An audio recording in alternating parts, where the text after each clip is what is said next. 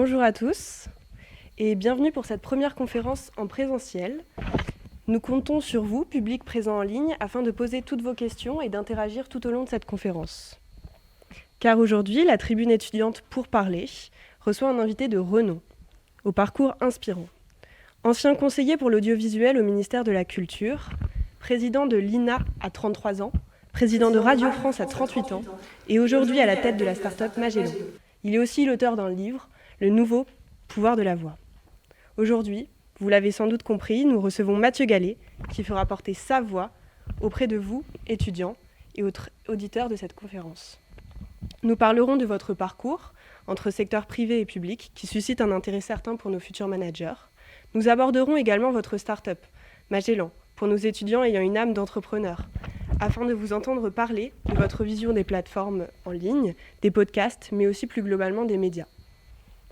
Enfin, nous discuterons de la thèse de votre livre, Le nouveau pouvoir de la voix, selon laquelle notre époque a réhabilité la voix, ce qui ne saurait que réjouir les orateurs que nous sommes.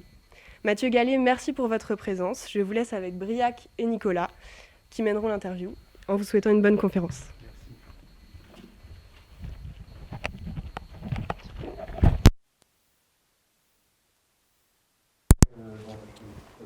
Moi c'est Briac et ça c'est Nico.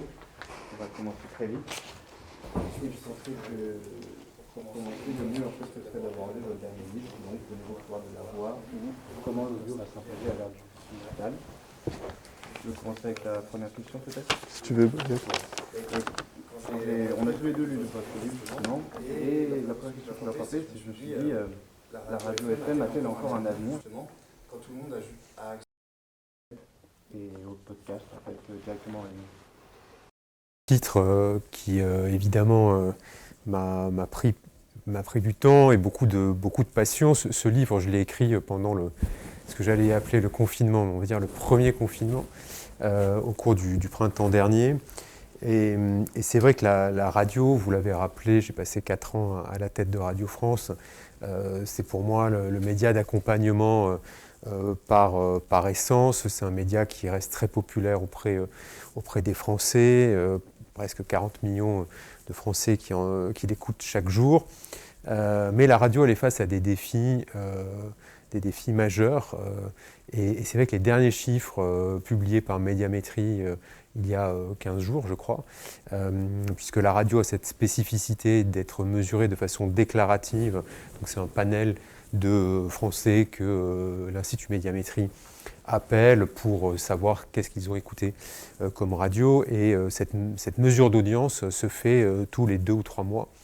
Donc déjà, ça c'est un premier point, je le dis dans le livre, cette mesure un peu à l'heure des datas et où en temps réel, on peut savoir exactement comment se comporte un utilisateur sur une plateforme.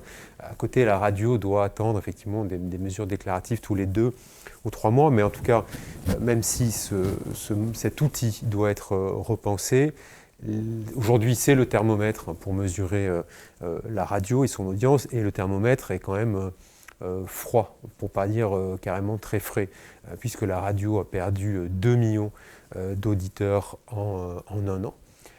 Donc c'est considérable, et c'est d'autant plus considérable quand vous regardez dans le détail entre les radios musicales, évidemment qui sont frappées de plein fouet par les offres de streaming, Deezer, Spotify, Apple Music et autres. Et je pense que vous, j'aimerais bien voir combien parmi vous écoutez la nouvelle radio des jeunes, Énergie, pour découvrir des nouveaux artistes aujourd'hui. Et puis de l'autre côté, vous avez les radios parlées. Ces radios qui donc ont à la fois des radios commerciales, privées, et le service public. Et c'est vrai qu'aujourd'hui, il y a vraiment 2 mondes, c'est-à-dire qu'il y a le service public, Radio France, qui se porte très très bien. On voit que France Inter s'est installé vraiment à la première place comme leader aujourd'hui incontesté sur les 2 types de mesures de la radio, puisqu'il y a à la fois l'audience cumulée, le nombre de Français qui passent écouter la radio chaque jour, et la part d'audience, et donc la durée d'écoute sur ces 2 critères. Aujourd'hui, France Inter est largement devant RTL, ce qui est un renversement historique, ça n'était jamais arrivé, ça fait maintenant plus d'1 an que ça dure, mais plus globalement, le bloc du service public est très fort et continue à progresser. Et vous avez de l'autre côté les radios commerciales, les radios privées, qui elles souffrent beaucoup. Et forcément, ça questionne, sur le modèle économique des radios, qui aujourd'hui n'est financé que par la publicité. Comment vont-elles continuer à se financer par une publicité alors qu'il y a une attrition de leur audience, et puis plus globalement, les modes d'écoute. Et je pense qu'aujourd'hui, entre les podcasts, où on peut écouter vraiment selon son envie, un replay radio ou des podcasts natifs, où il y a très peu de publicité, et le service public, où il y a aussi peu de publicité, fait que vous avez les radios commerciales qui sont vraiment prises en étau. Et ma question, je la pose déjà dans le livre, mais a fortiori avec les derniers chiffres, donc qui ont 15 jours, je dis mais comment les radios commerciales vont-elles pouvoir se réinventer? Et j'ajoute un troisième élément, c'est le renouvellement des générations. Comment effectivement les jeunes comme vous, aujourd'hui, vont venir écouter un RTL, un RMC. Alors RMC, on peut se dire, c'est vrai que le foot a été moins présent cette saison, mais enfin on rejoue quand même, même si c'est sans public, depuis quelques jours. Donc il y a quand même, je pense, un modèle qui est aujourd'hui vraiment en danger, et une décroissance qui se fait de façon très très rapide. D'accord. Dans votre livre, vous dites qu'on observe un boom du podcast. J'aimerais savoir justement si les auditeurs cherchaient plutôt à écouter un podcast du style ce qu'on peut trouver sur par exemple la chaîne de France Inter, des extraits de radio, ou justement un podcast natif qui est directement pensé pour cela. Aujourd'hui, on voit qu'il y a une vraie tendance en direction du podcast natif. Aujourd'hui, je crois que c'est un Français sur 6 qui déclare en écouter chaque mois, donc ça devient quand même une écoute intéressante. Et si vous ajoutez en plus le replay de la radio, la réécoute de telle et telle émission de radio, je pense qu'effectivement ça commence à devenir un marché, en tout cas un usage, un marché je ne sais pas, on pourra en reparler, mais un usage qui se démocratise, plus seulement auprès d'un public très parisien, CSP+, mais je pense que quand on a commencé à prendre l'habitude, on a raté telle émission où on cherche un sujet sur l'histoire ou sur la philosophie, on voit que ces formats justement qui ont une durée de vie qui n'est pas liée à l'actualité, marche très bien. Parce qu'effectivement, je pense qu'aujourd'hui, avec le podcast, on a une capacité à pouvoir s'informer et une capacité aussi à pouvoir aller chercher du savoir, de la connaissance, comme on le fait dans des livres, comme on peut le faire sur YouTube aussi pour un certain nombre de vidéos, mais dans un contexte qui est différent, parce que les temps d'usage du podcast, c'est les transports en commun, le moment où vous allez faire votre footing ou la salle de sport, même si aujourd'hui on ne peut plus y aller. Tout ça, on y reviendra. Les moments de tâches ménagères. Donc c'est aussi, je pense, un usage qui colle à nos modes de vie contemporains, où en fait, on a tous des vies qui sont quand même bien remplies, et où l'audio peut se glisser dans ces moments de vie pour rendre ces moments encore plus utiles qu'ils ne sont, ou s'ils ne sont pas utiles, et c'est très bien. Je pense que dans la vie, il faut aussi avoir des moments un peu de vide. On peut effectivement, en quelques minutes, 15 minutes, 20 minutes, écouter quelque chose qui va vous apporter, qui va vous enrichir grâce au podcast.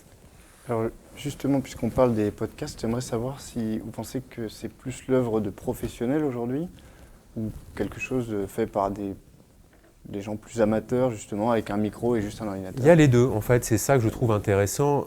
C'est aussi un chapitre du livre. Je veux dire, il y a quelque chose de très démocratique dans le podcast, parce que c'est peu cher à réaliser. Aujourd'hui, avec un smartphone, et on peut déjà, tout à fait, on peut faire du montage, on peut faire beaucoup de choses. Donc c'est pour ça que beaucoup de communautés ou de voix qu'on n'entendait pas sur les médias mainstream sont très présents dans le podcast. Et on l'a beaucoup dit, beaucoup de podcasts féminins et même féministes qui ont pris la parole, et qui aujourd'hui ont de très belles audiences, probablement parce qu'on ne les entendait pas assez, ces voix-là, dans les grands médias.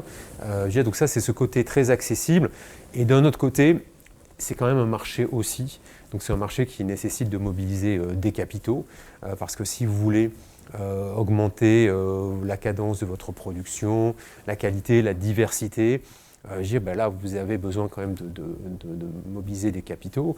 C'est ce qu'on a fait avec Magellan, mais je pense qu'on en reparlera. Et donc, je pense que c'est un double usage. Il y a cet usage très démocratique, un peu comme, alors vous êtes trop jeune, moi j'étais gamin, étaient les radios libres en 1981, quand, après l'élection de François Mitterrand, on a rendu les ondes FM libres. Il y a eu énormément de radios qui se sont créées, des radios associatives, mais après des radios commerciales, que le marché progressivement s'est structuré au niveau des radios FM, avec toujours des radios de type associatif, des radios locales, et puis de l'autre, effectivement, des grands réseaux commerciaux. Je pense que sur le podcast, il y aura les deux, et c'est très bien comme ça. Est-ce qu'on peut imaginer un Netflix du podcast, justement, qui viserait peut-être à remplacer la radio? Est-ce que c'est ce que vous essayez de faire avec Magellan? Alors, remplacer la radio, je ne sais pas, parce que l'usage, pour moi, est assez différent entre ce que vous avez dans le live, dans le show, notamment à travers l'actualité. Et je crois que ce shoot d'actualité du matin ou du soir, alors moi je fais partie des gens qui ont peur d'avoir loupé quelque chose. Donc effectivement, c'est vrai que je reste très attaché à l'idée, voilà, le matin ou le soir, de pouvoir, voilà, avant de se coucher ou le matin en se levant, qu'est-ce qui s'est passé, qu'est-ce qu'il faut retenir du matin avant de commencer sa journée. Et ça, je pense que la radio, de ce point de vue-là, est assez irremplaçable, ou en tout cas garde une place prépondérante. Et de l'autre côté, pour des programmes qui sont moins liés justement à une actualité, mais plus dans une logique de bibliothèque, j'ai envie de dire de catalogue, de contenu qui dans 1 an, 2 ans, 3 ans seront toujours pertinents. Il y a la place pour ces nouveaux formats et probablement pour des nouvelles plateformes. C'est la conviction qu'on a eue avec Arthur Pertikos, qui est le cofondateur avec moi de Magellan. C'est-à-dire qu'il y a ce côté très news, de la radio, et au-delà, parce qu'il n'y a pas que des news dans la radio, quand vous regardez la grille de France Culture, mais qui est quand même très liée à une actualité. Et puis, de l'autre, il y a une place, effectivement, pour des offres qui sont plus spécifiques. Et il y a plusieurs offres en France qui se sont lancées. Il y a une offre qui s'appelle Cybelle, qui s'est lancée, qui a plutôt un positionnement aujourd'hui sur les enfants, sur les jeunes. Et de l'autre côté, il y a des grands acteurs comme Spotify qui sont venus ajouter à la musique, ou Deezer, des podcasts originaux. Et puis il y a Magellan, où nous on a fait ce choix aujourd'hui d'être plutôt sur un axe de ce qu'on appelle le développement personnel. Le développement personnel, pour nous, c'est comment aider les auditeurs en 15-20 minutes d'un épisode d'un programme de Magellan à en fait mieux se comprendre, mieux s'accepter, s'améliorer dans sa vie professionnelle. On a beaucoup de programmes sur ce qu'on appelle les soft skills, donc toutes ces qualités humaines qu'on cherche à développer. Je pense que dans votre école, aujourd'hui, c'est des choses qui sont très, très présentes. Et puis de l'autre côté, les aspects plus psy, liés, voilà, à la compréhension de soi. Et donc l'idée, c'est vraiment de s'améliorer, d'être meilleur dans sa vie privée et dans sa vie professionnelle. Mais je pense qu'on a besoin d'une segmentation, parce que d'un côté, il y a une offre déjà très riche avec la radio, il y a une offre effectivement généraliste, je pense, comme celle de Spotify, et puis après, il y a des plateformes plus par destination, et c'est exactement le choix qu'a fait Magellan. D'accord. J'aimerais juste revenir sur ce que vous avez dit en début de conférence. Vous avez dit que la radio, surtout la radio commerciale, les radios commerciales, devraient se réinventer aujourd'hui. Et je pense que vous êtes très à même d'en parler. Vous auriez quelques pistes justement pour qu'elles se réinventent? Je pense que la place de la publicité aujourd'hui est un sujet, puisque la publicité à la radio a eu du mal à se réinventer. Voilà, c'est quand même un format qui est moins novateur de ce qu'on peut voir aujourd'hui sur des plateformes vidéo ou même à la télévision. La place en termes de minutes est aussi très intrusive. Je veux dire, quand vous faites la comparaison d'une matinale d'Europe 1 avec une matinale de France Inter, vous avez effectivement un volume publicitaire qui n'a rien à voir sur France Inter. Vous êtes à moins de 3 minutes par heure. Vous pouvez monter à 17 minutes sur une radio commerciale. Donc ça veut dire que vous êtes en permanence quand même coupé dans votre élan, j'ai envie de dire, quand vous avez une interview, quand vous avez une chronique. Donc c'est un rythme qui est différent. Et je pense effectivement que ce volume qui est devenu très important parce que les radios aussi ont dû ouvrir les vannes pour pouvoir maintenir leur chiffre d'affaires, a eu un impact en fait déflationniste sur les prix.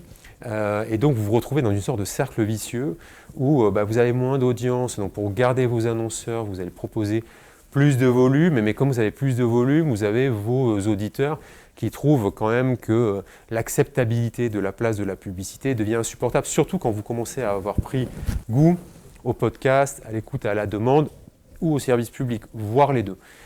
Et c'est là où on voit qu'il y a quand même des transferts d'audience qui sont assez importants. Et donc, moi, je pense que la réflexion pour les radios commerciales, elle est, comme toujours quand vous avez une offre de médias, un positionnement. Quel est votre positionnement? Quelle est votre promesse? À quel public vous vous adressez? Bon, c'est un travail qu'on a fait quand je suis arrivé en 2014 avec mon équipe à Radio France pour bien positionner chacune des radios de Radio France, j'ai envie de dire, dans son couloir.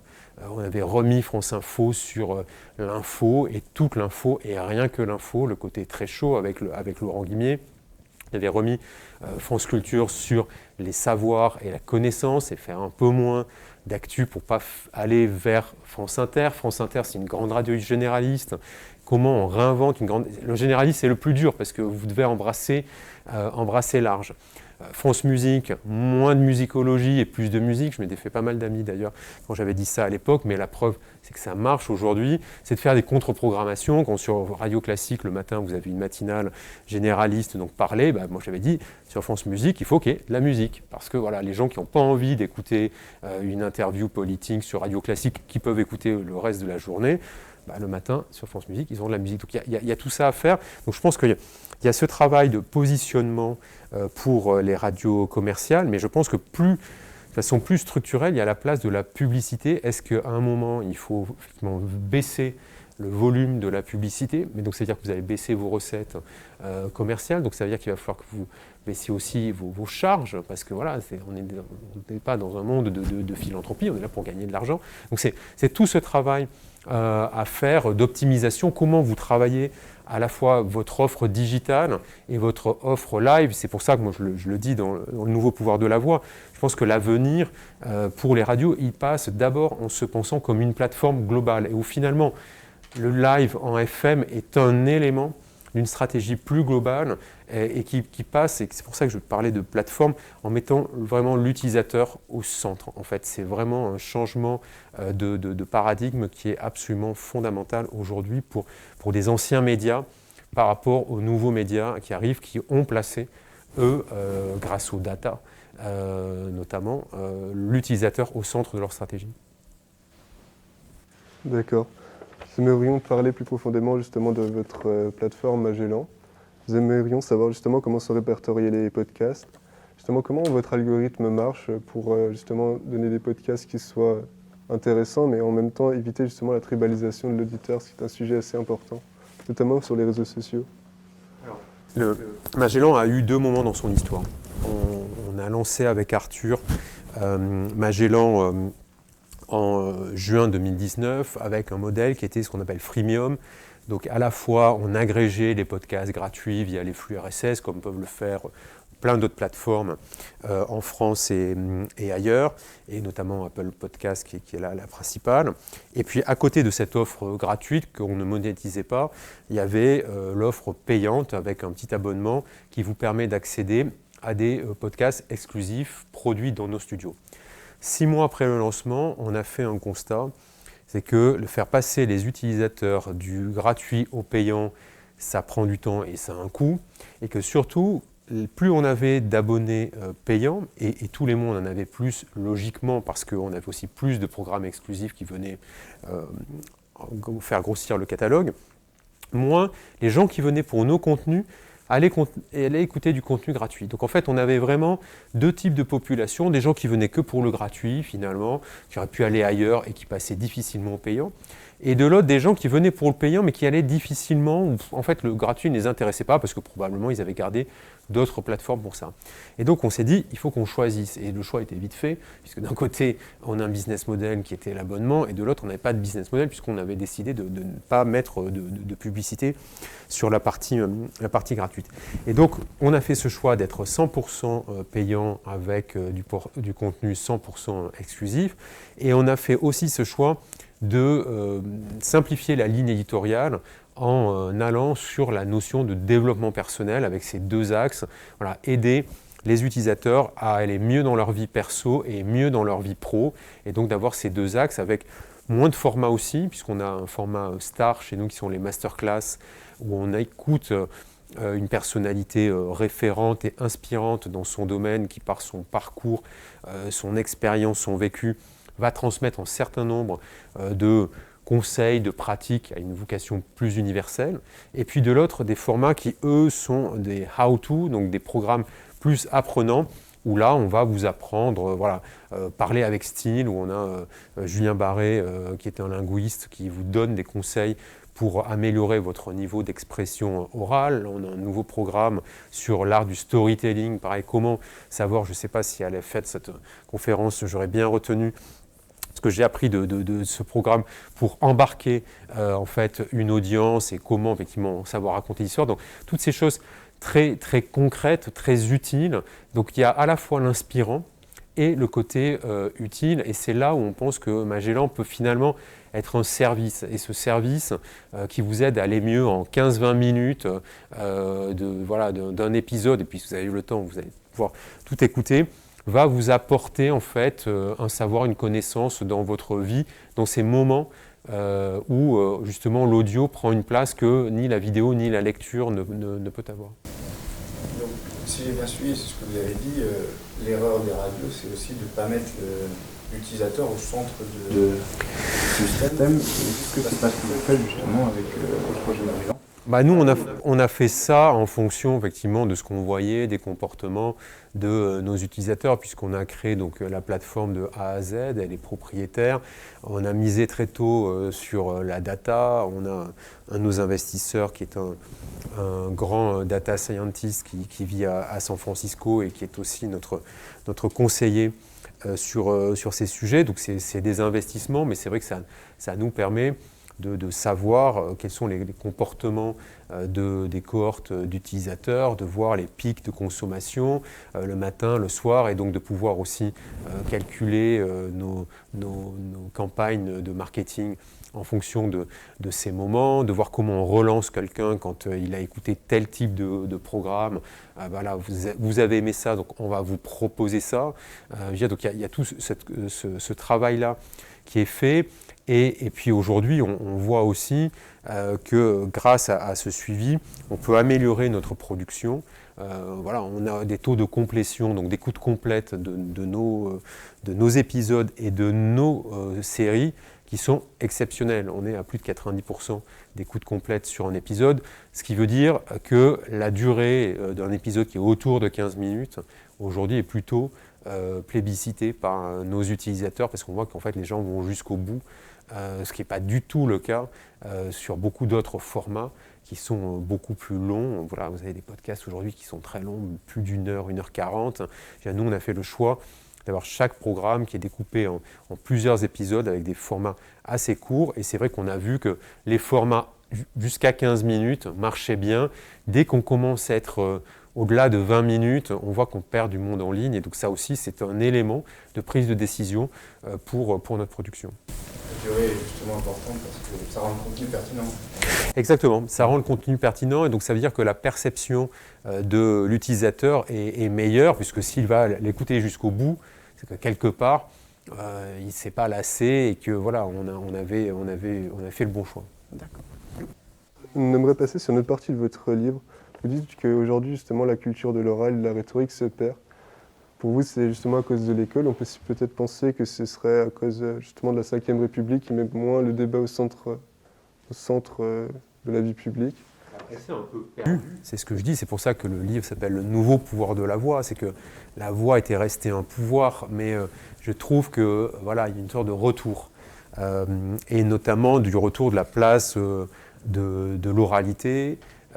On apprend l'éloquence aujourd'hui dans les écoles, le nombre de concours d'éloquence qui ont fleuri ces 15 dernières années. Cette année, alors est-ce que ce sera maintenu, mais pour la première fois, la réforme du bac prévoit un grand oral, donc en terminale. Donc c'est vraiment ce retour de l'oral, de l'apprentissage de l'oral. Et quand je vous dis que ce programme Parler avec style a connu un succès incroyable sur Magellan au mois de décembre, alors que c'est un programme qu'on avait sorti en octobre, on a commencé à faire un peu de marketing dessus en décembre, il a très bien marché.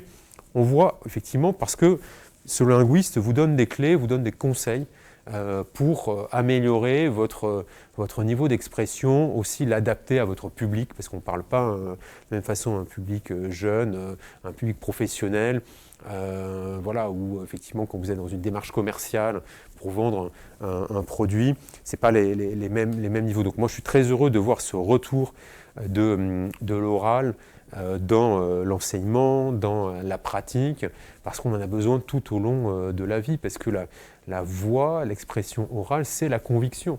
C'est voilà, le fait d'embarquer les foules ou tout simplement de convaincre un client, ça passe par du body language, mais ça passe aussi par le language tout court.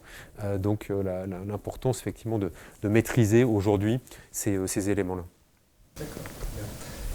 Question un peu plus légère. Mais j'aimerais juste savoir pourquoi avoir choisi Magellan comme nom de projet, enfin sans doute lié au personnage illustre, mais oui, c'est un soir je pense, on était en mai 2018 où je dînais chez des amis qui sont des publicitaires, et en discutant effectivement du projet que j'avais en tête, qui était en train d'être écrit, puisque je rentrais des États-Unis avec l'idée justement de créer cette plateforme, une sorte de Netflix audio.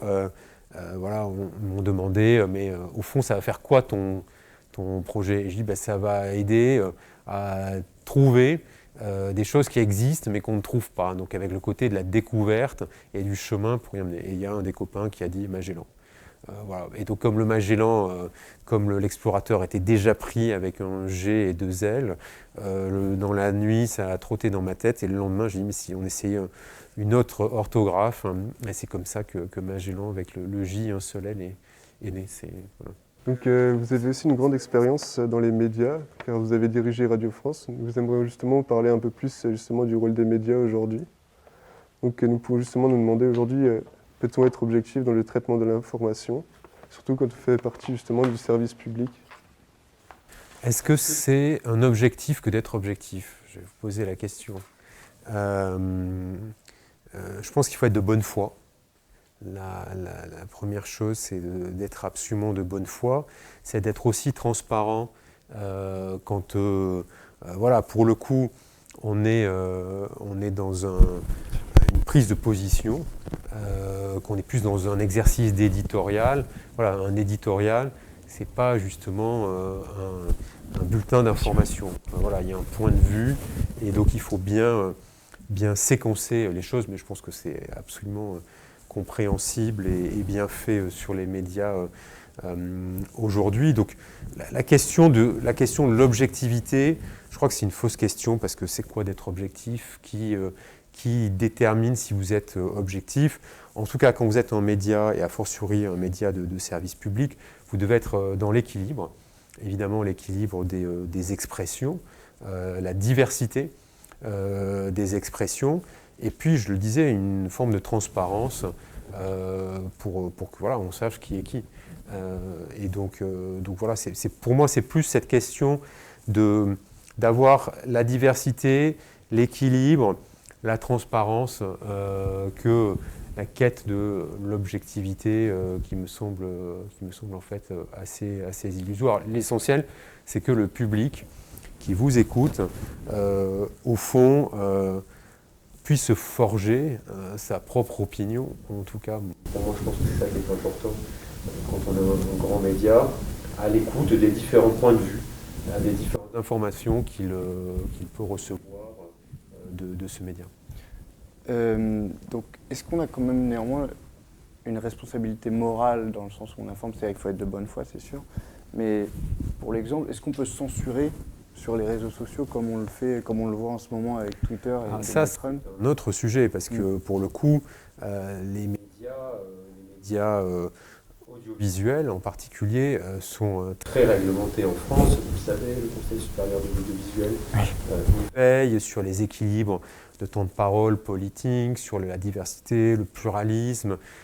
Et d'un autre côté, vous avez un monde digital avec des médias sociaux qui aujourd'hui sont des médias à part entière, et je pense que Twitter nous l'a bien montré ces dernières semaines, qui eux ne sont pas du tout régulés.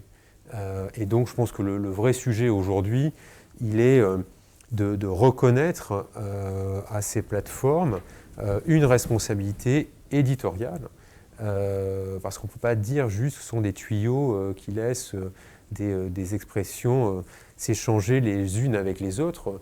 On peut penser ce qu'on veut de Donald Trump, mais la décision de couper son compte Twitter, alors qu'il y avait 88 millions, je crois, de followers sur Twitter, est prise par une entreprise privée qui, certes, n'est pas une entreprise qui a une vocation publique ou même une délégation de service public, mais qui a pris une telle place dans le débat public que forcément, je pense que ce type de décision devrait faire l'objet d'un recours et qu'il y ait des instances d'appel quelque part, qui, elles, garantissent l'intérêt général et pas seulement que ce soit une plateforme qui soit jugée partie. Je pense que tout pouvoir a besoin de son contre-pouvoir. C'est ça qui garantit une vie démocratique, et que ce qui manque aujourd'hui, justement, ce sont ces contre-pouvoirs à ces entreprises qui ont pris une place dans nos vies personnelles, mais dans nos vies démocratiques de plus en plus importantes. Donc, vous l'avez dit vous-même, les entreprises aux USA sont beaucoup moins réglementées qu'ici, en France.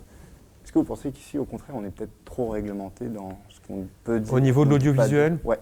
Non, je pense que c'est toujours important d'avoir un gardien, d'avoir des garde-fous.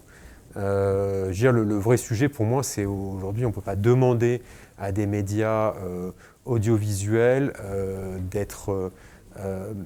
d'avoir des obligations que des médias numériques qui leur prennent beaucoup de place aujourd'hui dans nos vies quotidiennes. Et donc dans le moment où se forge justement l'opinion des citoyens, moi, c'est toujours été, au fond, ce qui m'a plu dans cette expérience à Radio France et dans le fait de diriger un média, c'est de dire, j'ai envie que nous soyons utiles pour que, à la fin des fins, le jour où un citoyen, une citoyenne va voter, parce que dans une démocratie, on en passe par là, il ou elle puisse le faire en toute connaissance de cause, et qu'il ou elle puisse forger ses propres opinions, que son sens critique puisse être alimenté par des sources qui sont de bonne foi, et qu'après chacun, en fonction de ses convictions, de sa sensibilité, de plein de raisons,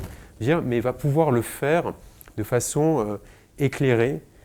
C'est ça en fait qui m'intéresse, qui je trouve important dans le rôle d'un média. Et on voit bien que dans le numérique, pour des raisons quand même commerciales, on a aujourd'hui des plateformes qui, elles, au contraire, vont faire en sorte que chacun se retrouve avec des gens qui pensent comme lui ou qui vont les conforter dans ce qu'on appelle ces bulles informationnelles, les conforter dans une opinion, au lieu d'essayer effectivement de se dire, aujourd'hui, voilà, tu as les pros Didier Raoult et les anti-Didier Raoult, ça devient franchement grotesque.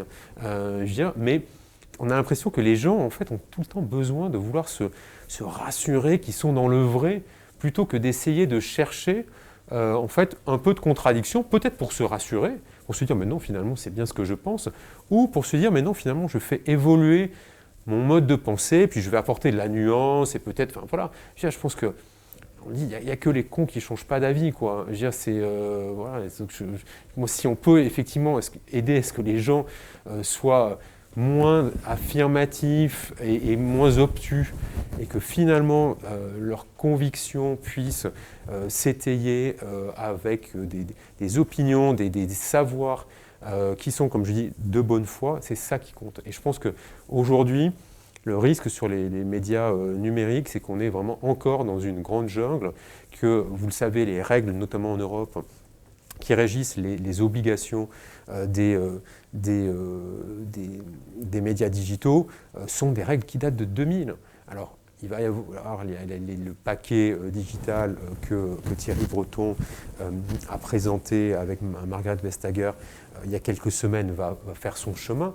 Il faut quand même se dire que sur ce terme de responsabilité, notamment d'un point de vue éditorial, les plateformes sont toujours sous une responsabilité d'hébergeur et non pas d'éditeur. Je pense que 21 ans après, on a vu que le monde avait légèrement changé. Je suis assez d'accord avec tout ce que vous avez dit en fait. Et j'aimerais surtout revenir sur... Je n'ai pas été mauvais dans mon expression, donc je vais pouvoir noter que j'avais bien écouté Magellan. Non, très, très bien. Et en fait, c'est surtout... je suis très d'accord avec vous dans le fait que vous disiez que les gens ont tendance à se conforter dans leurs idées en allant chercher les médias qu'ils veulent. Donc on a Valeurs Actuelles tout à droite, plus ou moins, et Mediapart tout à gauche. Et est-ce que vous ne pensez pas que justement, on n'aurait pas une espèce de polarisation des médias qui est assez récente en fait, depuis une petite dizaine, quinzaine d'années? Non, parce que la polarisation, elle existe quand même depuis longtemps. Enfin, je veux dire, le Figaro est aujourd'hui un des plus anciens, si ce n'est pas le plus ancien quotidien français, l'UMA, qui survit, mais qui quand même était un grand média aussi en son temps. Donc la polarisation, pour moi, ce n'est pas un phénomène nouveau. On n'a pas connu, ni vous et moi, j'en ai quelques souvenirs, mais de loin, ce qu'était le monde divisé en deux entre le bloc de l'Est et ce qu'on appelait le monde libre quand on était de ce côté-ci du rideau. Donc non, la polarisation, elle fait partie de la vie, c'est pas le sujet. Moi, ce qui me préoccupe plus, c'est en fait l'idée aujourd'hui qu'on ne veut plus débattre, on veut juste exploser l'adversaire. Et c'est qu'en face de soi, c'est même plus un adversaire, c'est une sorte d'ennemi qu'il faut déchirer, défoncer, exploser. Enfin, je veux dire, tout d'un coup, il n'y a plus de place au débat, il n'y a plus de place à la nuance. En fait, on n'est pas d'accord, on s'engueule, mais à la fin, on se respecte et puis on va essayer de se convaincre. Ça marche ou ça ne marche pas, mais la parole de l'autre, en quoi, je vous dis, quand on est de bonne foi, en quoi elle vaut pas autant que la mienne. Et même si tu n'es pas d'accord avec moi, bon, à la fin, c'est comme ça, mais on aura débattu. Là, je trouve qu'on est dans un moment un peu hystérique où, justement, je pense que les médias sociaux contribuent à cette hystérisation. Et moi, je suis quelqu'un de la nuance. Voilà, vous l'avez compris, et c'est aussi pour ça que j'ai fait ce bouquin sur le pouvoir de la voix. C'est parce que je trouve que la voix apporte beaucoup de nuances. Je pense qu'on a eu tous des expériences où parfois tu envoies un SMS ou alors avec les emojis, ça apportait cette nuance, mais quand il n'y avait pas les emojis, pam, tout d'un coup, le truc était mal reçu parce que c'était un peu du second degré et ça se ressentait pas. À l'oral, on est capable, par le ton, justement, de savoir si on est dans l'ironie, si on est dans le second degré. Voilà, il y a toutes ces nuances. Et j'ai l'impression qu'en fait, aujourd'hui, dans le débat, on perd ces nuances-là, c'est noir ou blanc, c'est 1 ou 0, tout est devenu binaire. Et ce qui m'inquiète plus, c'est qu'au fond, la notion de débat, surtout en France, où on est quand même le pays des salons, voilà, je le rappelle aussi dans le livre, où en fait il y a un art du débat en France, ça fait partie de la vie française, et c'est le débat au bar PMU comme le débat dans un cercle de réflexion. C'est très français, moi c'est quelque chose que j'aime beaucoup en France, donc quand on vit à l'étranger ou quand on a vécu à l'étranger, on voit ça, et je trouve que c'est en train de se perdre un peu au profit de quelque chose de très très violent, où voilà, t'es pour ou t'es contre, et si t'es pas avec moi, t'es contre moi, quoi, et je te tape sur la gueule. Voilà, les réseaux sociaux sont vraiment là comme une sorte de défouloir, voilà, où il y a de plus en plus de personnalités publiques qui disent bon, maintenant je sors de Twitter parce que ras-le-bol. Là, je voyais encore François Morel qui a décidé de quitter Twitter après sa chronique de vendredi dernier, où effectivement il revenait sur le dessin de Gorce dans Le Monde et puis de toute la polémique qu'il y a et qui continue. Et il a dit bon, j'en ai marre de m'en prendre plein la gueule, je quitte Twitter. Voilà, ou Cécile Duflot qui a quitté Twitter parce que là carrément c'était un cran au-dessus, c'était des menaces physiques et sur son intégrité physique qui était portée. Donc c'est quand même, je pense qu'il ne faut pas minimiser la responsabilité, et donc là Twitter l'a vu avec Trump et les images qu'on a vues au Capitole, mais je pense qu'effectivement c'est quelque chose qui était très visible, mais qui est dans la société, qui vraiment aujourd'hui prend une place très, très importante. Je ne reviendrai pas sur Samuel Paty, où on a vu le rôle qu'ont joué les réseaux sociaux et l'espèce d'amplification, de déformation qui peut être portée sur les réseaux sociaux.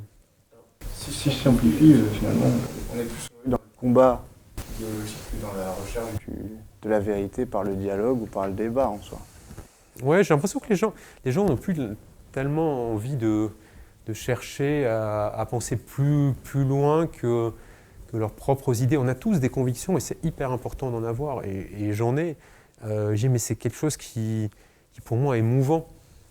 C'est pas quelque chose de statique, et surtout, je n'arrive pas à concevoir que les convictions soient porteuses d'une violence. Alors on va me dire oui, mais on fait pas d'omelette sans casser des œufs, il n'y a pas de révolution. Enfin, je pense qu'on n'en est pas aujourd'hui, à l'heure où on se parle, à ce niveau-là de fatigue de nos sociétés, même si je suis assez inquiet effectivement avec cette crise sanitaire qui se prolonge, et que je suis très heureux cet après-midi d'être physiquement avec vous. Et je l'avais dit aux organisateurs, j'ai refusé toutes les interventions depuis maintenant 6 mois, partout où on m'a proposé, parce que j'ai pas envie de le faire en Zoom. J'en ai ras-le-bol des Zooms, parce que c'est pénible, je pense, pour les gens qui sont en face, mais c'est très pénible pour ceux qui parlent devant une myriade de points noirs, enfin d'écrans noirs avec des noms que tu connais pas.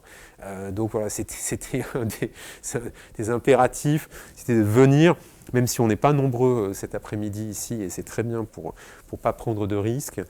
J'espère que beaucoup de monde nous écoute, mais je pense que voilà, on a besoin de ces moments de contact, et moi je suis inquiet de voir si ça se prolonge, et en particulier pour vous, pour vous les jeunes qui sont à un moment de votre vie où bien sûr l'école c'est super pour apprendre, mais en fait c'est aussi super pour se faire des amis, rencontrer sa copine ou son mec, et voilà, c'est quand même c'est ce rôle-là aussi qu'ont les écoles, et donc voilà, donc cette espèce de fatigue qui gagne la société, et que forcément la crise du Covid a renforcée, elle est inquiétante. Elle est inquiétante parce qu'on a des perspectives politiques évidemment dans chaque pays, et nous on sait que c'est dans un peu plus d'1 an en France, et dans quel état va arriver cette société française dans ces moments importants où on décide collectivement une partie à qui on confie en fait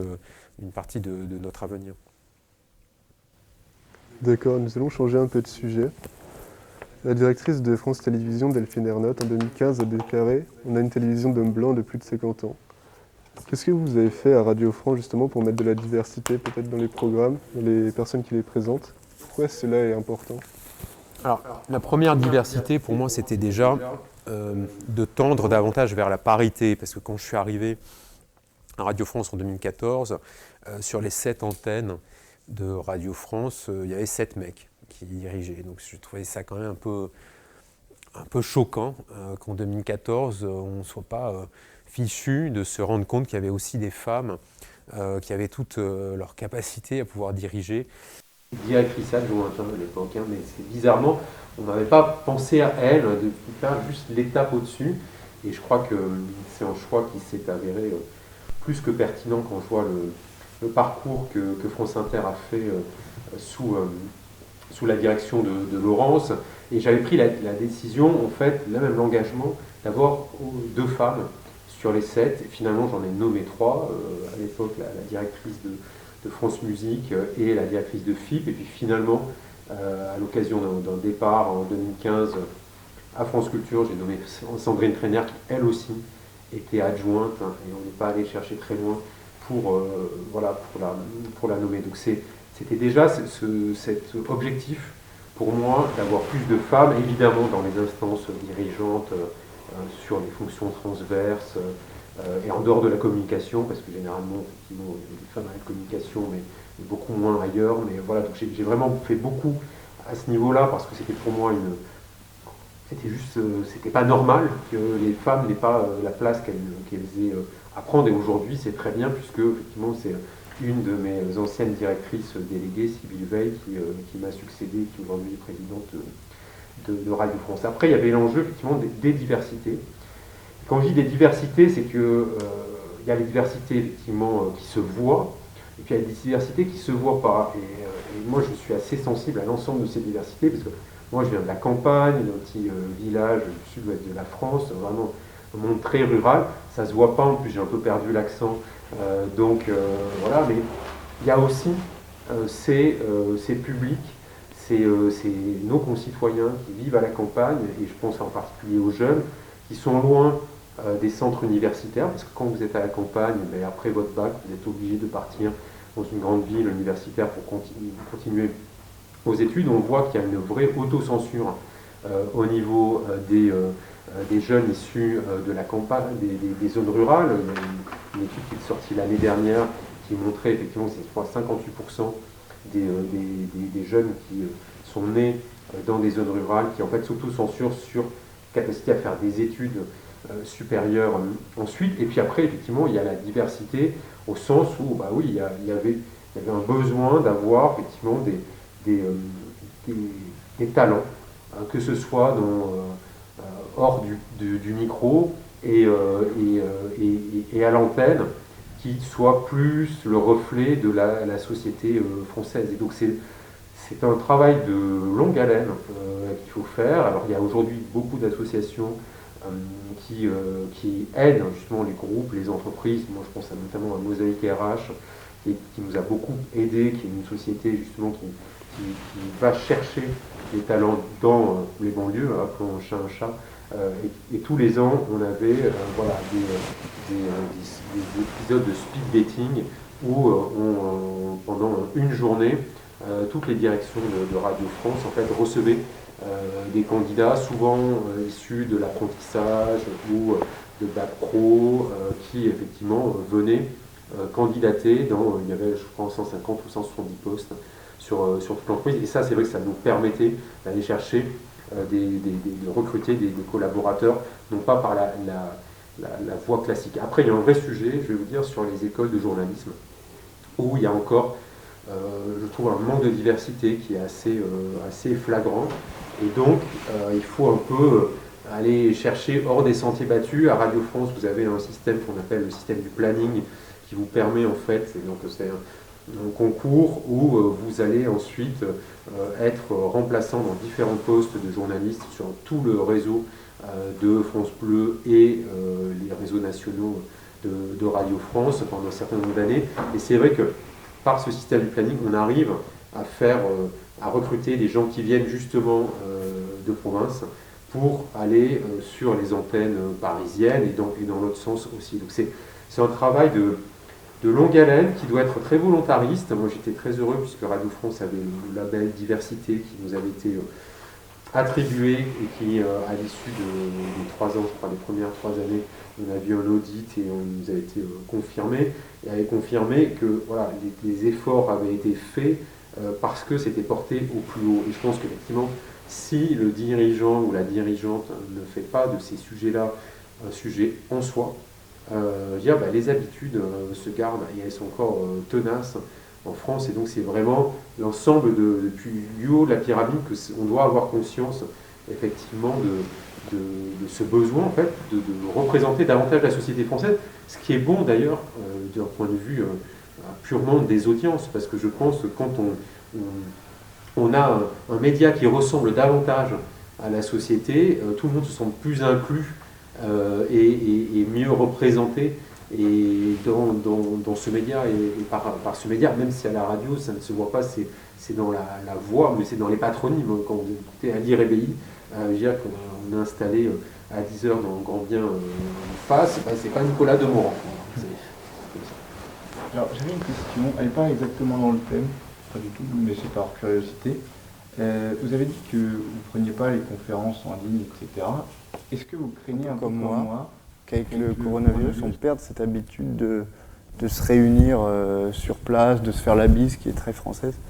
Alors, de se réunir, je ne crois pas, parce que je crois qu'on est quand même profondément latin, et qu'on aime ça, de se faire la bise, de se serrer la main, peut-être. Alors je veux dire, c'est vraiment très perso, moi ça ne me gêne pas beaucoup, parce que j'ai toujours les mains glacées, et j'ai toujours, j'ai toujours le truc de tendre ma main glacée aux gens, donc j'avoue que ça ne me frustre pas. Et puis sur les bisous, on gardera les bisous pour les plus importants ou les plus importantes. Oui, c'était une question. Mais je ne doute pas qu'on aura tous envie de se retrouver physiquement, comme on a eu ce plaisir après le confinement du printemps. On l'a vu en plus, il faisait beau, les gens étaient heureux d'être sur les terrasses, de se retrouver, de faire des bouffe ensemble. Je pense que ça nous manque tous. C'est clair. Je ne sais pas combien de temps il nous reste. Bon, bien assez encore. J'avais des questions. Une question qu'on pourrait se poser. Qu'est-ce que vous diriez à un jeune de 20 ans? Genre, quel conseil vous donneriez à un jeune de 20 ans comme ça, spontanément? Si vous aviez su à ce moment-là, est-ce que ça aurait radicalement changé votre comportement, votre vision des choses, Non, moi ce que je peux dire, en fait, c'est toujours les conseils que je donne. En fait, ce qui est important, me semble-t-il, c'est la curiosité. Je pense que dans la vie, il faut être curieux, parce que c'est curieux de ce qui ne vous ressemble pas, déjà. Et je pense que moi, j'ai cette curiosité et elle m'a amené à rencontrer des gens très différents de mon milieu, de ce qui pourrait être en fait une habitude, en fait, ne pas s'habituer. Ça aussi, c'est un conseil que je donne souvent. S'habituer à rien. Moi, j'ai essayé de ne pas m'habituer, et grand bien m'en a pris, à toutes les facilités matérielles que les postes que j'ai occupés jeune m'ont donné, que ce soit en cabinet ministériel, puis la présidence de Radio France ou de l'INA, parce que je pense que quand on s'habitue, le jour où ce qui vous semblait naturel vous est retiré, il y a des gens pour qui ça devient très dur. Moi, c'est pas quelque chose qui m'a perturbé plus que ça. J'ai toujours continué à prendre le métro, même quand j'avais un chauffeur et une voiture pour mes déplacements professionnels. Et donc, je pense que oui, le fait de ne pas s'habituer, de se remettre en question, en même temps d'être assez sûr de soi et sûr de ses valeurs, de ses failles aussi. Je pense que ce rapport un peu transparent avec soi-même, il est nécessaire, parce que c'est ça qui vous permet aussi d'aller, je pense, chercher chez l'autre ce que vous n'avez pas chez vous, ou au contraire, dans certains pans de votre vie, vous avez envie d'être rassuré, conforté, et donc voilà, c'est assez rare que dans son entourage on ne soit qu'avec des gens qui ne vous ressemblent pas, on ne va pas se le cacher, mais je pense que c'est un bon équilibre d'être à la fois, de se créer son noyau de confiance, et en même temps de ne pas être dans sa zone de confort, et d'aller chercher justement un peu plus loin, parce qu'on est habitué d'une curiosité qui est pour le coup pas un vilain défaut, mais une belle qualité. Très bien. Est-ce que vous pensez que vous avez réussi, vous avez atteint vos objectifs avec Magellan aujourd'hui? Non, parce que vous savez, quand on est dans une entreprise comme Magellan, qui est une start-up, on est sur une forme de prototype, parce que vous vous lancez sur un marché qui est en construction, c'est pas comme si, voilà, tout d'un coup, on avait décidé, après une étude de marché, de se dire, tiens, sur ce marché-là, il n'y a pas un segment, ce qu'on vous apprend dans les écoles, c'est très utile, il y a un segment qui n'est pas adressé, là, il y a une place, et c'est pas du tout comme ça que ça fonctionne dans le monde des startups. Vous avez une intuition. Alors l'intuition, on voit qu'elle est toujours quand même, ça ne sort pas voilà, d'une boule de cristal. Ça vient effectivement de l'observation d'un certain nombre de situations, de comportements, en l'occurrence, de manque.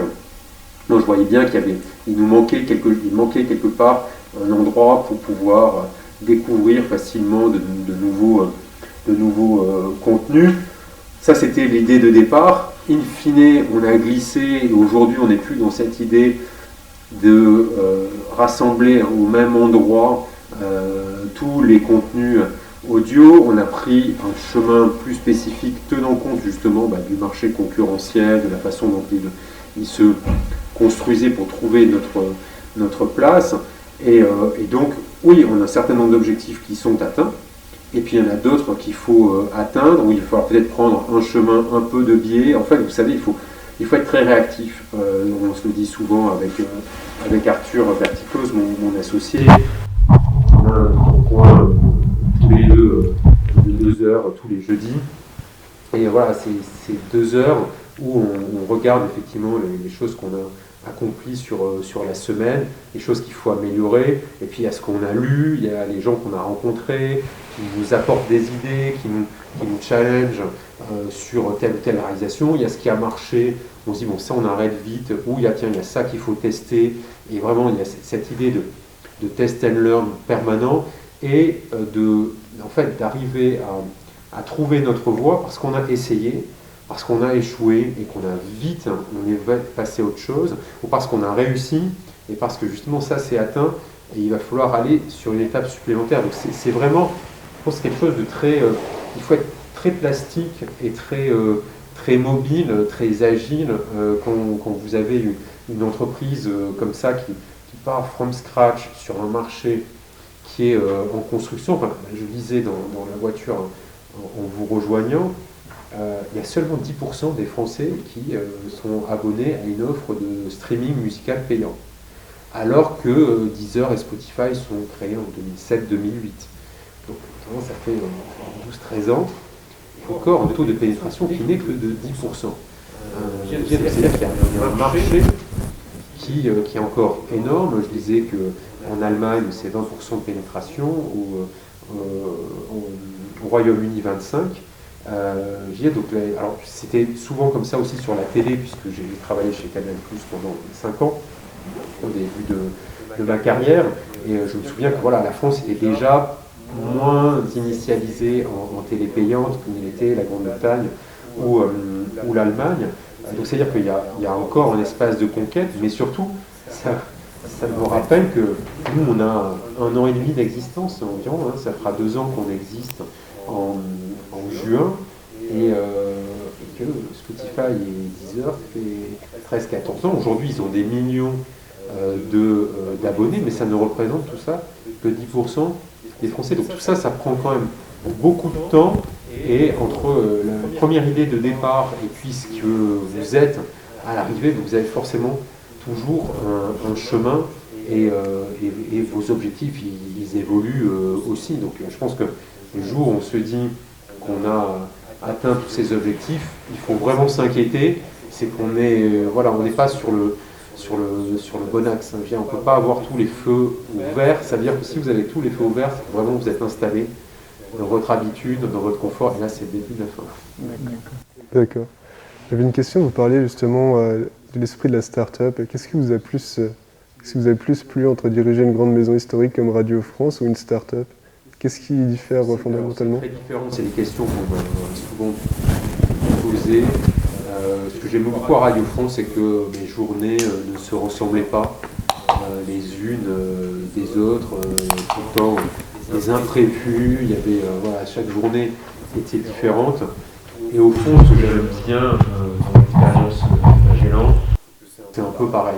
En fait, les journées ne se ressemblent pas, il y a des éléments novateurs qui arrivent en permanence, entre ce que vous avez prévu, que vous délivrez, parce que c'est quand même la première chose à faire vis-à-vis des actionnaires qui vous financent, c'est quand même d'exécuter, et je pense que chez Magellan, on est plutôt très bon dans l'exécution de ce qu'on avait dit qu'on ferait, mais ça ne suffit pas, parce qu'il faut toujours effectivement aller vers davantage, vers plus d'innovation et de prise de risque, parce qu'on est sur ce marché qui est encore en formation sur l'audio, qui n'est pas un marché mature du tout.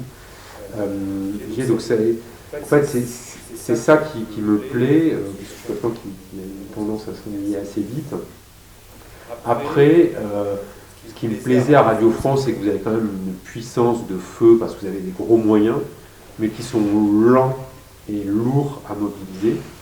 Et chez Magellan, vous avez des petits moyens, parce que même si on a levé plusieurs millions d'euros, ça reste quand même par rapport à notre ambition, voilà, donc c'est quand même frustrant, mais par contre, vous allez vite. Voilà. Et en fait, c'est vrai que le meilleur des mondes, c'est d'avoir beaucoup de moyens et beaucoup d'agilité, mais je pense que ça n'existe pas, parce qu'à un moment, je veux dire, quand vous avez justement beaucoup de moyens, votre structure est plus lourde, plus complexe, il y a des phénomènes bureaucratiques qui se créent toujours, et il y a tous les phénomènes politiques, c'est-à-dire au sens où voilà, vous avez des enjeux individuels dans les organisations qui ont tendance à parasiter l'intérêt général de l'organisation, parce que les gens après cherchent un peu à exister et à prendre des positions au sein de l'organisation. Donc c'est pas simple. Mais le plus gros changement, c'est quand même celui du rapport au temps. C'est vrai que tout va vite. Chez Magellan, c'était moins vrai à Radio France. Et quand je vois ce qu'on a fait en un an et demi, aujourd'hui on a produit plus de 100 contenus originaux. Quand je dis un contenu, c'est une série de plusieurs épisodes et qui sont des contenus vraiment qui nous appartiennent, qui sont des contenus de catalogue, hein, pas un bulletin d'information qui le lendemain n'a plus de valeur. Ce qui positionne Magellan vraiment tout en haut des producteurs d'audio natifs en France. Quand je vois ce qu'on a fait entre la première plateforme qui agrégeait et diffusait du contenu original et la deuxième plateforme qui n'est que dans la production, enfin la diffusion de contenu et toute l'infrastructure qu'il y a derrière, c'est vrai que voilà, pour faire la même chose dans un grand groupe, hein, ça vous prend un peu plus de temps. D'accord. J'avais une question tout à fait innocente. Vous avez connu la polémique, en fait, comme beaucoup de personnalités publiques, et j'aimerais vraiment savoir comment on fait pour gérer une polémique, si soi-même on en est la victime, comment réussir à gérer ça publiquement, comment vous avez fait, quels conseils là-dessus? Il y a deux gestions de la crise. Je pense qu'on peut appeler ça une question de crise. Je pense en particulier à l'époque de la grande grève de 2015 à Radio France, où moi j'avais 3 fronts en même temps. J'avais un front qui était interne, avec une grève qui a duré 29 jours. J'avais un front externe, qui était une campagne de presse, puisque toutes les semaines, pendant 6 semaines, les canards enchaînés ont feuilletonné à partir du bureau jusqu'à, je ne sais plus, la voiture et autres joyeusetés. Et puis, il y avait le front avec l'actionnaire, puisqu'on ne va pas se cacher que l'actionnaire à l'époque, l'État, voulait mon départ. Je pense que si vous n'êtes pas en fait très résistant, donc très... En fait, moi, ce qui m'a permis de tenir, c'est, je pense, ces 2 éléments. Un, j'avais conscience que le plan, la stratégie qui était la mienne, était la bonne pour l'entreprise. C'est-à-dire que cette conviction-là était absolument d'airain. 2, j'avais un entourage professionnel qui a fait bloc. Et en fait, dans les périodes de crise, ce sont les gens se révèlent. C'est un peu comme en 1940. Vous avez ceux, effectivement, avec qui vous pouvez partir faire la guerre ou gagner le maquis, et puis il y a les autres. Et en fait, masque, j'allais dire, mais ce serait pas une bonne image en ce moment de parler de masque. Mais en tout cas, les masques tombent et les personnalités se révèlent. Et souvent d'ailleurs, pas avec beaucoup, j'ai pas eu beaucoup de surprises sur les super résistants et sur les super planches pourries.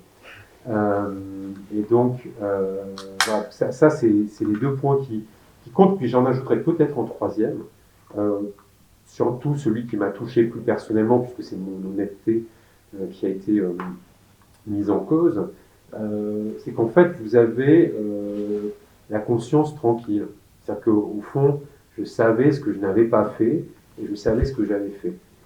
Et moi, j'ai pas de souci à assumer les conneries, on peut tous en faire, que j'ai pu faire.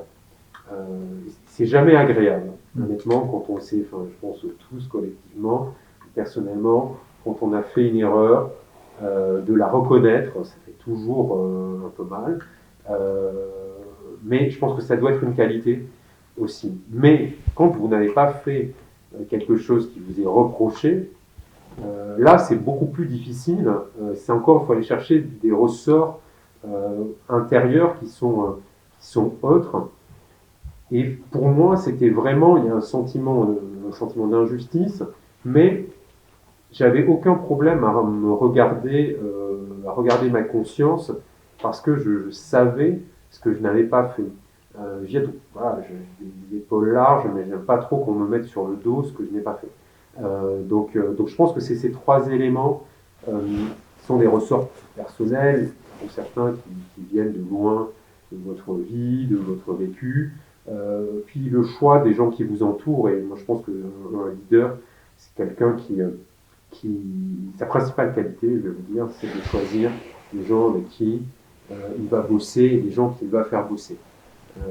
J'ai écouté ce matin, je réécoutais l'excellente masterclass que je vous recommande, c'est le petit passage de réclame de Maurice Lévy sur Magellan, où dans le 4e épisode, il parle justement des qualités de leadership et de leader, et je me retrouve tout à fait dans ce qu'il décrit. C'est un bon leader, c'est quelqu'un qui va choisir des gens meilleurs que lui autour de lui, qui va réussir à faire cohabiter tous ses talents et veiller effectivement à ce que cette communauté puisse individuellement s'exprimer pour un bien qui la dépasse et qui est un bien plus général. Et donc ça, oui, je pense que j'avais une très bonne équipe. Radio France, c'est d'ailleurs ça qui m'a le plus peiné quand j'ai dû partir, c'est que je savais que j'avais constitué cette super équipe. D'ailleurs, ils ont fait des très beaux parcours. Ils et elles ont fait de très beaux parcours après. Et je sais que c'est compliqué de créer une team, de créer une équipe comme ça, de l'animer, de créer... voilà. Et donc c'est vraiment ces trois points, le fait d'avoir sa conscience pour soi, d'avoir une équipe solide autour de soi, et puis d'avoir une conviction forte que la stratégie que j'avais mise en place, que j'avais pensée et que j'avais commencé à exécuter était la bonne. Voilà. Après, il faut arriver à bien dormir. Et j'ai cette chance, c'est que même dans les moments un peu difficiles, j'arrive à bien dormir. J'ai besoin de peu de sommeil et j'arrive à bien dormir. D'accord. Vous parlez justement de votre bonne équipe et finalement, donc, il faut bien que lors de polémiques, il y a des têtes qui tombent. Est-ce que vous pensez que c'est aussi en qualité de leader que vous assumez les responsabilités pour toute votre équipe alors que la responsabilité peut être partagée? Oui, parce qu'à la fin, de toute façon, un des excellents collaborateurs qui m'avait dit, de toute façon, l'échec est individuel et le succès est collectif. En fait, ça me va assez bien de l'assumer comme ça parce que oui, le succès il est collectif parce que c'est pas un homme ou une femme seule qui parvient à un résultat, c'est vraiment ce collectif. Et quant à l'échec, je pense que oui, quand tu es chef, tu l'assumes, même si tu sais très bien que l'échec est souvent collectif aussi. Mais je pense que ça fait partie des qualités d'un leader de pouvoir assumer son échec. C'est valable en politique, c'est valable aussi dans l'entreprise, parce que si à un moment la boîte va dans le mur et que c'est pas de ta faute, hein, c'est qu'en tout cas ta faute c'est de ne pas avoir vu que la boîte allait dans le mur et que d'autres l'amenaient dans le mur et que tu n'as pas pris les bonnes décisions pour ne pas l'amener dans le mur. À la fin, oui, je trouve que c'est assez juste. Tu avais une question Non, encore je connais bien. Je pense surtout que, bon, on a largement dépassé les 40 minutes, tant mieux. Est-ce qu'on a des questions de la part du live? Et même si vous avez des questions, n'hésitez pas à les poser dans la salle. Profitons des questions dans la salle. Puisque vous êtes là. Moi, j'ai noté les questions du live. Ouais.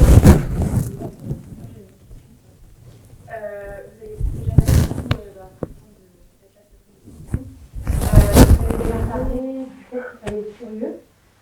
Donc là, je suis curieuse de savoir quel est la tranche d'âge de votre audience actuelle et quels outils on a en tant que média pour attirer plus de jeunes justement à être curieux.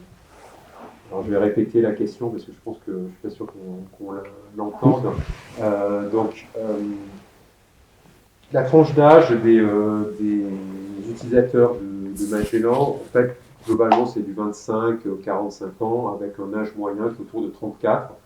Donc, ce qui est assez jeune, mais qui n'est pas très jeune non plus. C'est beaucoup plus jeune que la radio, mais voilà, c'est pas l'audience de TikTok non plus.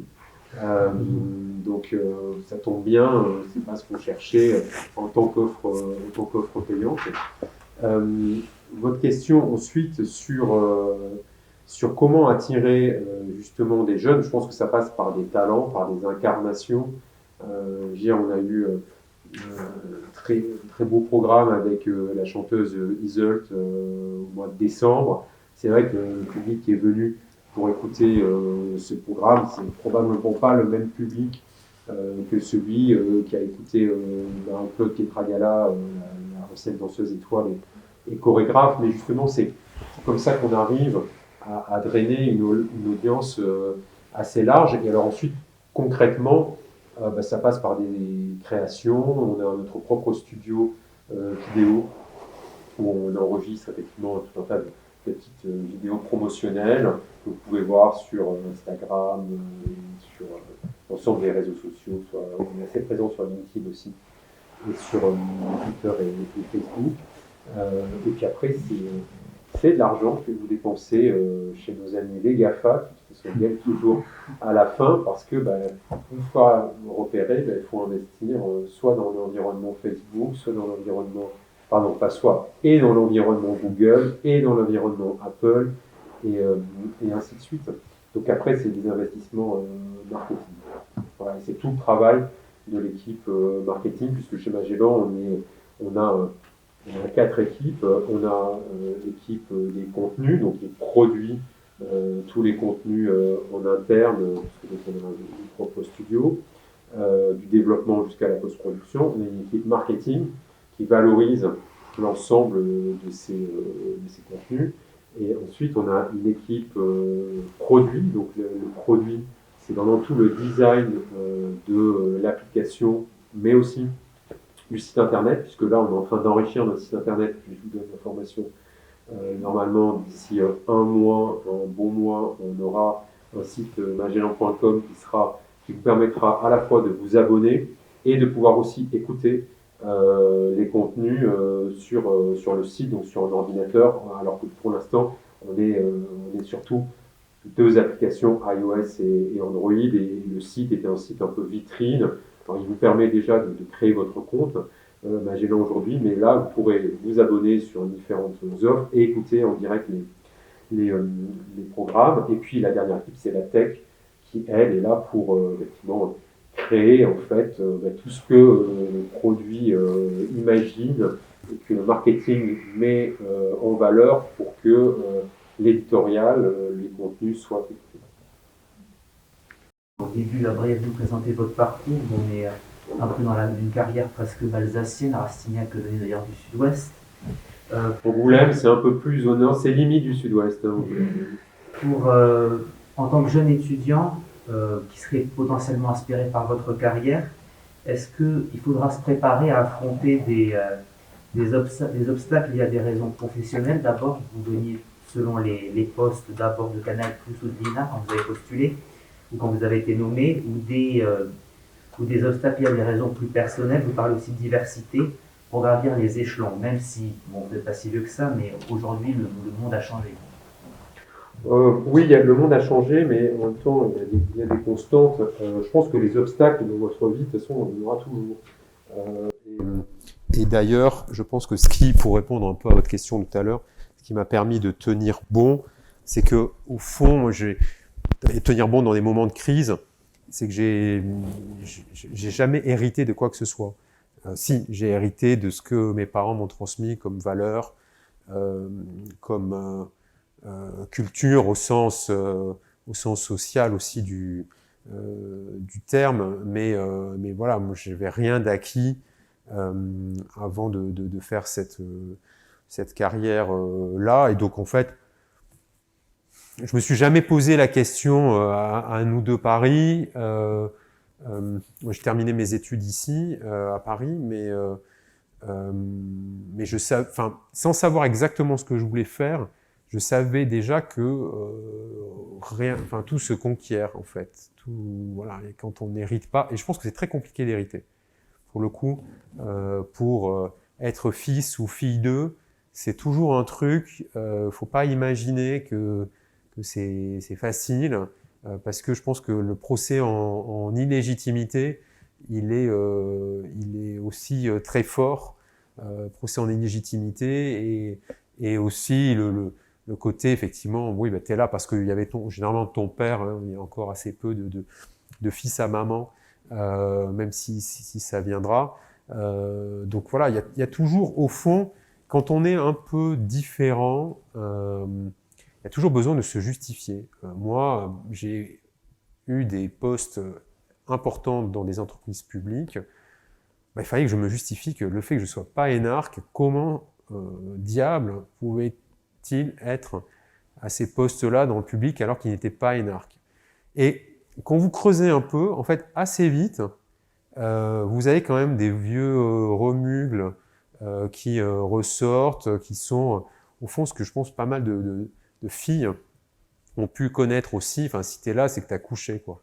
Donc on te le dit pas en face parce que ce serait trop sympa de te le dire en face, et surtout il faudra en avoir pour le faire, mais du courage. Mais c'est toujours, vous avez toujours ce truc en fait assez désagréable qu'on peut pas expliquer que quelqu'un fait une carrière qui est un peu effectivement atypique ou qui sort de l'ordinaire, sans vouloir chercher en fait le mauvais truc. Alors, est-ce que c'est un homme de réseau? Est-ce qu'il a fait ceci? Est-ce qu'il a fait cela? Enfin, à un moment, juste, il y a des gens qui travaillent. Il y a besoin de chance aussi. Je pense que dans la vie, voilà, il faut saisir sa chance. Il faut même la pousser. C'est Frédéric Jousset qui, dans la masterclass qu'on a sortie il y a quelques jours, le rappelle quand donc c'est le fondateur de Webhelp, qui est le leader des centres téléphoniques, qui raconte quand lui il sort d'HEC et je crois son premier job chez L'Oréal, son premier patron lui dit en fait il faut avoir dans la vie pour réussir, c'est la règle des 3 C, un cerveau, du cœur et du courage. Et il ajoute, et en fait je pense qu'il en faut un 4e, c'est la chance. Alors il y a la version un peu plus vulgaire sur l'essai, je vous laisserai la trouver, mais qui marche aussi. Et c'est vrai. Je pense que voilà, c'est dans les conseils que je peux vous donner, c'est que oui, il faut forcer sa chance, et quand il y a des opportunités qui passent, il faut pas avoir peur de se jeter. Moi, j'ai pris un job au début de ma carrière, j'ai été l'adjoint le conseiller et assistant de Bob Wilson, qui est donc un metteur en scène américain de théâtre. Et j'étais pourtant en CDI chez Pathé, je venais de signer mon premier CDI, j'avais même pas négocié mon salaire, tellement c'était bien pour mon âge, j'avais tout juste 23 ans, j'avais même pas fini mes études. Et 6 mois après, j'ai démissionné pour ce job-là. C'était un truc un peu ouf, parce que j'étais très bien chez Pathé. Mais en même temps, ce poste auprès de Bob Wilson, je me dis c'est une occasion, si tu ne la saisis pas maintenant, toute ta vie, tu te diras « Ah, mais si j'avais fait… » Finalement, je suis resté 3 mois, c'est très mal passé, c'était pas du tout un job pour moi et tout. Mais au fond, je n'aurais pas saisi cette opportunité.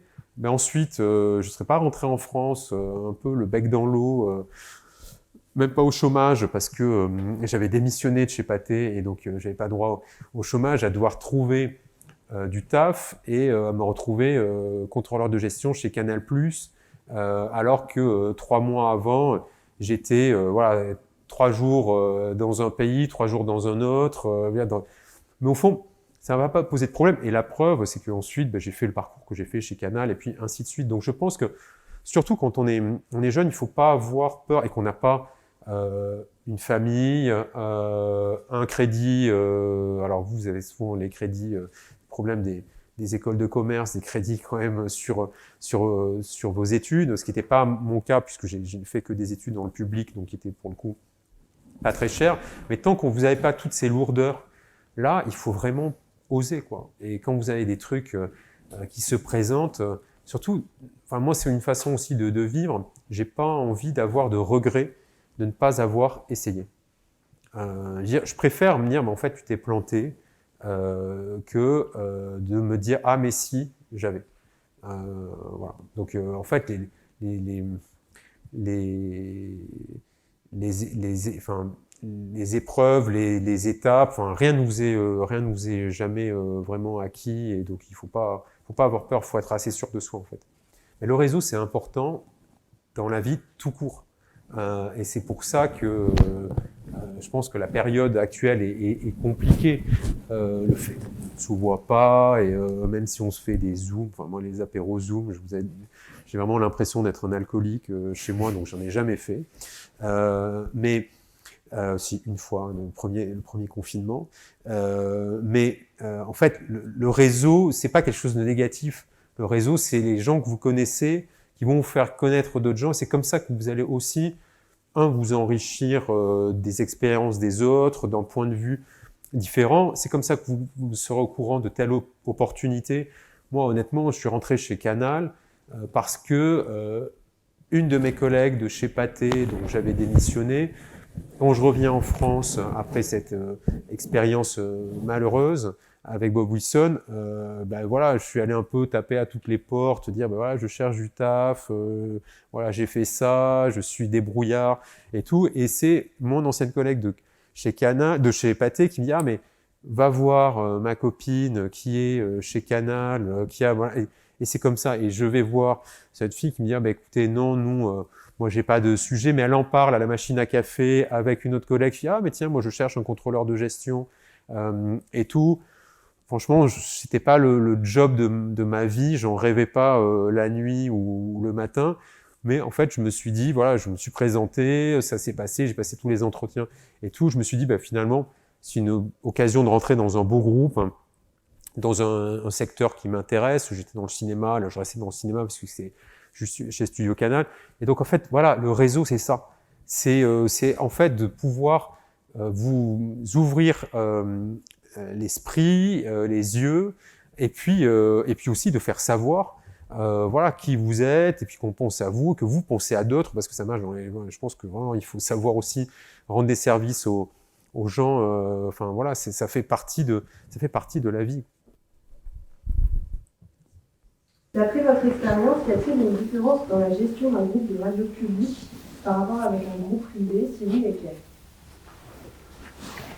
La différence, j'en ai parlé au début, c'est la place de la publicité. Quand vous êtes dans le privé, pub, qui est là pour effectivement remplir les caisses, sachant qu'une radio, c'est quand même un métier avec des coûts fixes importants, les coûts de diffusion, puisque payer le réseau de diffusion à TDF, c'est le coût des salaires.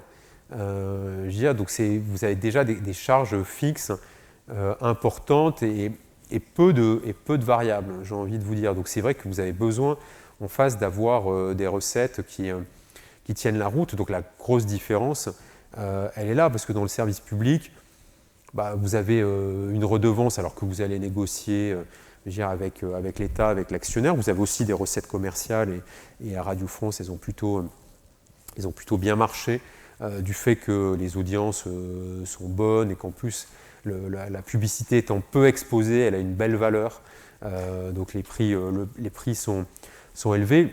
Le vrai sujet, il est là, et donc la place de la publicité dans un média fait que forcément, vous êtes obligé de penser votre grille de programme aussi en fonction de vos recettes publicitaires et des cibles qui vont des cibles que vos programmes vont rencontrer. Vous n'avez pas cette obligation-là au niveau d'une chaîne publique. Une autre question, vous parlez du manque de nuances sur les réseaux sociaux, ce qui est avéré, mais est-ce qu'on ne peut pas aussi voir une fonction libératrice aux réseaux sociaux si on pense à des mouvements comme MeToo ? Mais je n'ai pas dit que les réseaux sociaux c'était que du négatif. Je suis bien d'accord qu'il y a déjà beaucoup de choses à apprendre. Vous parliez de réseaux tout à l'heure. Je pense que voilà, il y a des gens qu'on peut rencontrer aujourd'hui grâce aux réseaux sociaux qu'on n'aurait pas rencontrés dans la vraie vie. Voilà, ça décloisonne énormément. Ça vous permet de rencontrer des gens qui effectivement peuvent partager un certain nombre de centres d'intérêt avec vous. Donc il y a quand même une fonction, je trouve, qui est très positive.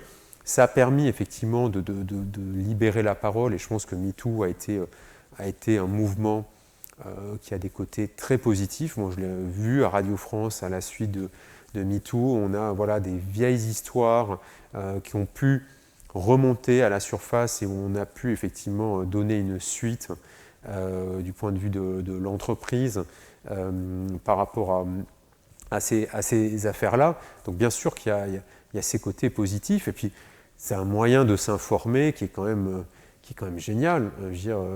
Quand j'avais votre âge, pour avoir toute cette information, oui, on écoutait le matin la revue de presse sur France Inter que faisait Pascal Clark, et puis après il fallait acheter le journal, et aujourd'hui vous avez quand même un nombre, il y a beaucoup d'informations. Le problème, c'est quand il y en a beaucoup, comment on fait le tri, comment on s'y retrouve, comment on voit ce qui a de la valeur et ce qui n'en a pas. On voit qu'il y a une érosion quand même qui continue. Je crois que c'était ce matin que La Croix sortait son étude annuelle sur la confiance dans les médias, et qui montre que cette érosion, elle continue. Donc il y a quand même un doute de plus en plus sur les messages et sur la véracité de ce que transportent les médias. Pensez-vous qu'à l'avenir, on écoutera des podcasts autant qu'on peut regarder actuellement des programmes sur un écran ? Pensez-vous que la voix peut égaler l'image ? C'est ce que j'explique dans Le nouveau pouvoir de la voix, qu'à une opposition ou à une le fait que ce soit substituable, sinon je vais me lancer, substitution tout simplement. Mais substituabilité, ça doit exister aussi. Mais c'est compliqué à dire. Donc voilà, je pense que on est dans une société des écrans, de l'image, on peut avoir envie, ça fait du bien certains soirs, quand on pose son portable, de juste écouter ou lire et tout, ça repose déjà les yeux, mais je ne crois pas effectivement que ce soit un choc frontal, mais plus quelque chose de complémentaire. Dernière question, en tant qu'entrepreneur, quel conseil donneriez-vous à quelqu'un voulant se lancer ? Alors, bien sûr, d'abord avoir une idée, de pouvoir bien exprimer cette idée, parce qu'il va falloir convaincre, notamment si vous voulez financer cette idée, soit vous avez l'argent vous-même, mais c'est assez rare, soit il va falloir effectivement que vous trouviez des gens qui vont être convaincus par votre idée, par votre vision, par votre capacité à exécuter, et donc à pouvoir avoir la bonne équipe pour l'exécution. Et j'ai envie de dire, c'est un rapport qui est très personnel avec des investisseurs. Si je prends ce cas-là, puisque l'idée, après, il faut aller la faire financer, donc sinon vous restez juste à l'état d'un PowerPoint. Et je pense qu'après, la confiance et le lien de confiance qui s'établit avec vos investisseurs qui fait aussi la différence, votre capacité à les convaincre que vous êtes la bonne personne ou les bonnes personnes. C'est vrai que moi, le fait qu'on soit 2 cofondateurs, c'est quelque chose pour moi qui est très important parce que je pense que d'être un entrepreneur seul, c'est compliqué parce que vous avez plein de moments de doute.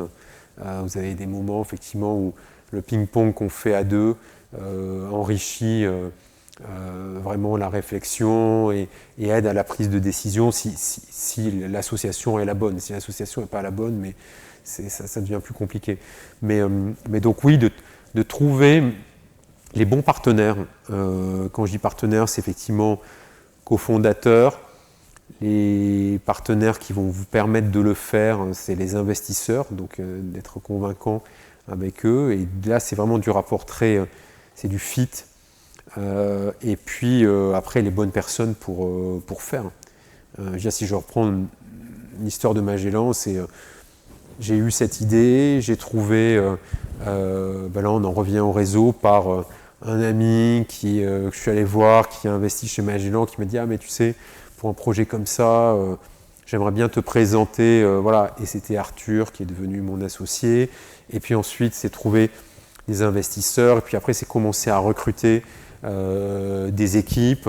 Voilà, c'est vraiment tout ce processus qui se met en marche, qui est long, qui est complexe. Moi, il y a beaucoup de gens qui me disent « Ah, mais tu as eu de la chance. » Enfin, je veux dire, quand vous passez vos semaines à les pitcher des investisseurs, ils ne vous disent pas tous oui du premier coup. Hein.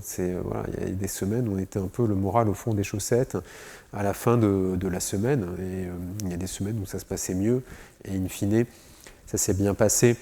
Mais donc voilà, j'en reviens toujours à cette idée de l'entourage et des gens avec qui vous faites.